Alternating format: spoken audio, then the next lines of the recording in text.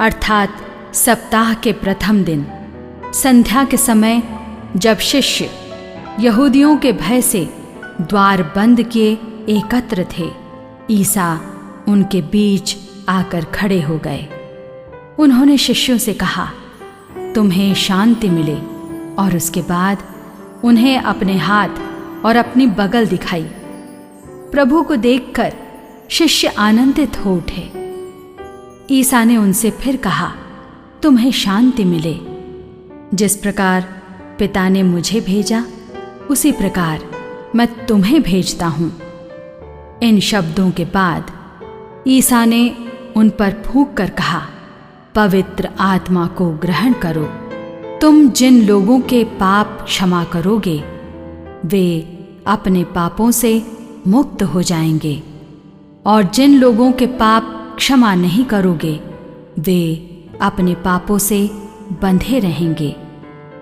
ईसा के आने के समय 12 में से एक थोमस, जो यमल कहलाता था, उनके साथ नहीं था।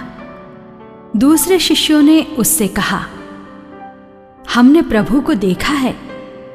उसने उत्तर दिया, जब तक मैं उनके हाथों में कीलों का निशान ना देख लूं, कीलों की जगह पर अपनी उंगली न रख दूं और उनकी बगल में अपना हाथ न डाल दूं, तब तक मैं विश्वास नहीं करूंगा।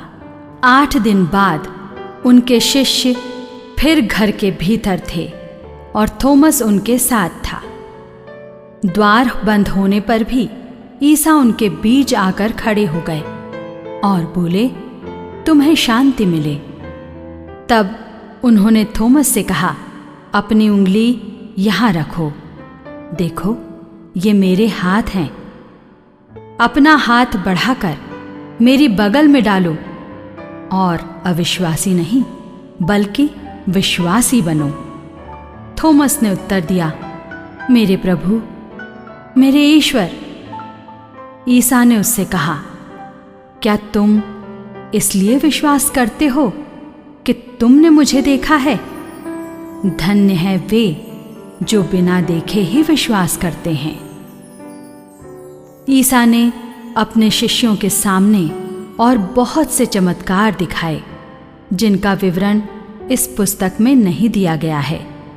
इनका ही विवरण दिया गया है, जिससे तुम विश्वास करो कि ईसा ही मसीह ईश्वर के पुत्र हैं, और विश्वास करने से उनके नाम द्वारा जीवन प्राप्त करो।